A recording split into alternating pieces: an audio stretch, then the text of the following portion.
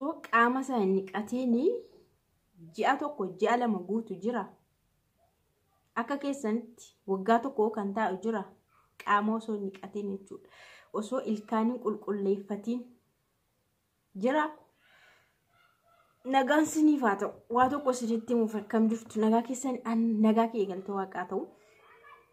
Namni umuriin isaa waggaa 94 ta'e tokko sababa qaama isaa dhiqateef lubbuun isaa darbe.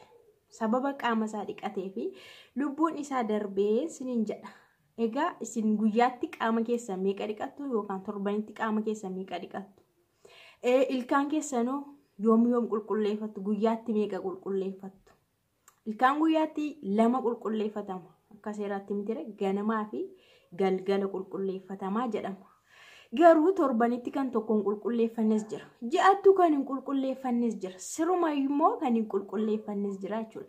Egaa namni kun lammii biyya Iraan yoo ta'e waggaa 50 olii fi qaama isaa osoo hin dhiqatiin nama jiraatedha. Akkamitti jiraate yoo jettan namni kun jalqabumaa kaasee nama bishaan sodaatudha. Bishaan ofitti buusuu hin sodaata. Yoon qaama dhiqadhe yoo bishaan na tuqee na dhukkuba nama jedhudha jechuudha. Maqaan isaa Hajii Amuun jedhama. Lammii biyya Iraan kan ta'e waggaa 50 ol jaarraa walakkaadha olii dhaqna isaa osoo hin dhiqatiin jiraateetu waggaa 94tti qaama isaa sababa qaamni isaa dhiqameef du'ee jedha. Egaa hordoftoota kiyya namni kun akkamitti guyyaa hamma kanaa dhaqna osoo hin dhiqatiin bara hamma kanaa dhaqna osoo hin dhiqatiin lubbuu dhumti isaa keessa turte jechuudhaafu namootaaf gaaffiidha jechuudha. Namni kun sababa qaama isaa waggaa 50 oliif hin dhiqannee fi qaamni isaa baay'ee nama walirratti xuriin jechuudha walirratti tuulamee fi akkasuma qaamni isaa waan garaagaraa nama horatedha.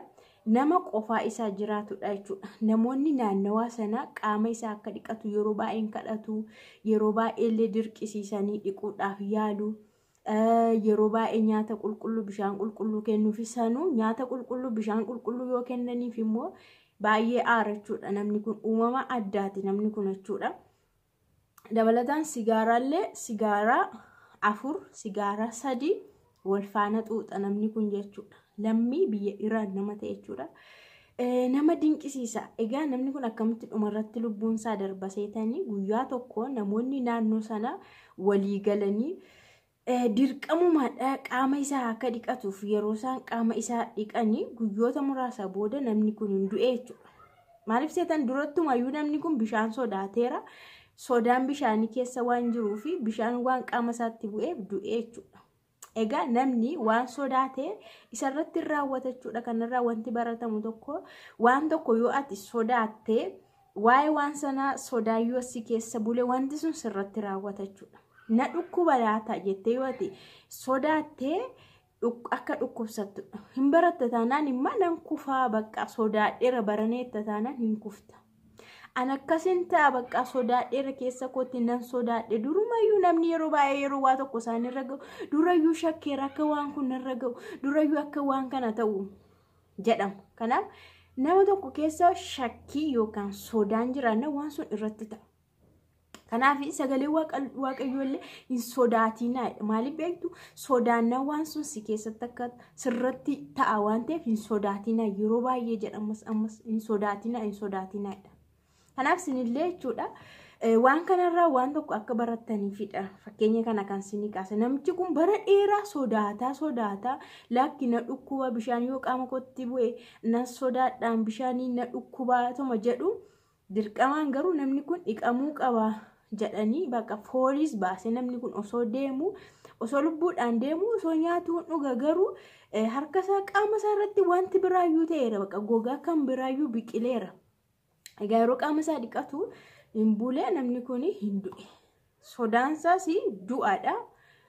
Garuu hin du'e jechuudha. Waggaa 94ffaa isaatti du'e. Waggaa 50 ol immoo qaama isaa hin dhiqanne jechuudha. Namni kun haadha manaa qaba, ijoollee qaba waan jedhamu hin beekamu. Qofaama isaatii kan inni jiraatu waan akka mana xiqqoo tokko keessa ofiisaa jiraata. Nama akkasiiti. Namni kun namni qaama isaa dhiqatee hin beekne jedhamee addunyaa irratti tokkoffaadha hin jedhamu. namni biraallee jira namni biyya Hindii namni kun immoo namni biyya Hindii tokko immoo qaama isaa waggaa 35 hin dhiqanne ilkaansaas waggaa 35 hin qulqulleeffanne namni kun. Nama akkamitti kun? Nama keessa jiraata moo qofaa jiraata? Inni kunillee qofuma baheetu mana xiqqoo keessa jiraata garuu naannooma namaa jiraata. Inni kunoonni Hindiin kunoonni qaama isaa waggaa 35 hin dhiqanne ilkaansaa waggaa 35 hin qulqulleeffanne. Baay'ee namni ilkaansaa guyyaadhuma tokko illee osoo hin qulqulleeffatiin yoo oole namoota faana yoo haasa'u otoo hin jaallatin qilleensa waan ta'eef namatti bahuu danda'a fooliin afaansaa bahuu danda'a. Akkanuma miidhaginni ilkaansaa illee hin bada tortoraataa diimaataa baay'ee gaarii miti jechuudha. Garuu namni waggaa 35 guutuu akkamitti ilkaansaa keessa raammoon bahuu dadhabe?